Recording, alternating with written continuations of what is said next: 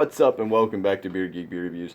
As you can see today, and by the heading, I am doing a Samuel Adams beer. Thanks to my really good friend, John Starodumsky, for sending me the three missing long shots from this year. These were the long shot contest winners from last year that they had just reproduced their beers for this year, and so forth and so forth. This one coming in from Graham Johnson. This is the Coffee Head Imperial Stout, ale brewed with cocoa nibs and coffee beans added. Man, look at this. Look at this. There is the artwork. Camera's not playing very nice with me. I'm trying to show it off. It is very lovely. I love the new style of artwork. Although, dude, no offense, I know that this is just a caricature of you, and you are. I love the artwork. I'll just leave it at that. 7% alcohol by volume, 22 IBUs. I love that they put both of them on here. This actually says that it was good till September, and it is now December. I know my good friend John actually keeps his beer very in good condition, and he does know how to store them very well. But with that said, let's go ahead and dip into this because by the little notations up here, this is. I'll mind you, this is one of the last times that we'll probably see these little notations on these bottles because of the fact that with the new branding, they have gotten rid of all of the label profiling up on top.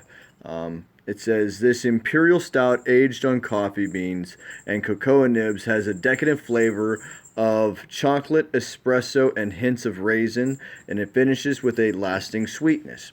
So let's go ahead and see if all flavor profiles entail. Here is the beer. It actually did pour with a little bit more of a head, kind of dissipated a little bit, and as you know, this is a Sam Adams glassware, so it has an etched bottom, so the head will stick around. So let's go ahead and assess, shall we? Black as night, nice little, as you can see, double look here. There you go. My Christmas tree in the background, there it is. That head actually has a hint of like espresso to it. That kind of khaki, light, burnt egg color. Just a joy to smell, though. If you know what Samuel Adams chocolate bock smells like, it kind of smells like that, but more roast to it, if that makes a lot of sense. It does smell a little bit sweet. It does smell a little bit like an espresso. Kind of got like a sugary back tone to it.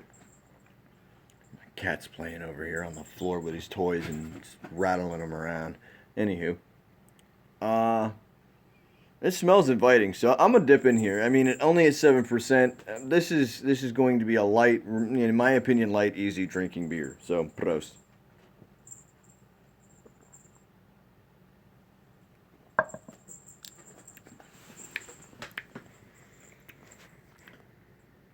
Okay, I do see where they're talking about all these flavors kind of profiling themselves in this beer and playing with them. They kind of like meld over your palate as you take a sip. First and foremost, I definitely do get a little bit of sweetness. So this is a sweet beer or a sweet stout. I don't know if it's considered to be a milk stout because it does have that milk stout kind of lactose sugary sweetness to it. But if it's not, nice play on some, how do I want to put this? Some of the sugary contents in this beer because it is definitely sweet. It's not overly abundant sweet because if it was, I wouldn't be able to drink it. I do not like my beer sweet. Chocolate plays out very nicely. Cocoa nibs, you can definitely taste the chocolate up front. The coffee beans, not so much. I don't know if it's because of the fact that we are now in December when it says that it should have been drank by September. And that's a little play on, your taste, I would assume. Because we all know that beer can be stored for a little longer than what the brewers intend. I mean, we can age it. Um, no, get your nose out of my beer. Get down. See, my cat loves it too. But anyway, as for the coffee, I would say it does play out more like an espresso. Um, I'm honestly, I'm not totally sure. I see where they get kind of like that raisiny date fig kind of thing going on there. I would definitely say like dates, figs. I mean, especially that raisiny quality. A little bit of sweetness, a little bit of almost like anise in the back note. Maybe just a little bit of sweet molasses. Maybe that's where the sweetness comes in at. I'm not sure, but at the same time, I'm not gonna. I don't digress. This is a good beer. This is a good beer. Um, as for the long shot contest, I, I'm up in arms about it. I really enjoy it. It does give home brewers a chance to showcase their work. But with the company being as large as they are, I'm not so sure that they should be. I don't know how big the quantities of these beers are. I'll just say that. Um, I used to be able to find them here in Ohio, but I can no longer find them here. I've been asking my representatives, I've been asking my local stores and stuff, and they said that they can't get a hold of them. I guess just the orders just not as big as they used to be for these type of beers. I mean, a lot of people are steering clear of anything with the brand name Sam Adams on it anymore, and I don't think that they should. They do still put out some really good beers, even though a lot of them are now being, kept up at the brewery.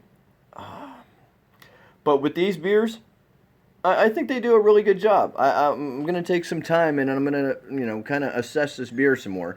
But I've taken up way too much of your time. If you guys know the gentleman that has this beer, I would definitely give him a two thumbs up because it is a good beer. I just think that it is a little sweet for my palate. But other than that, hey, man, keep going, man. Keep homebrewing. Peace, Pro Deuce, and as always, rate, comment, and subscribe. I will see you guys again later. And to my one viewer, hey, welcome, but peace.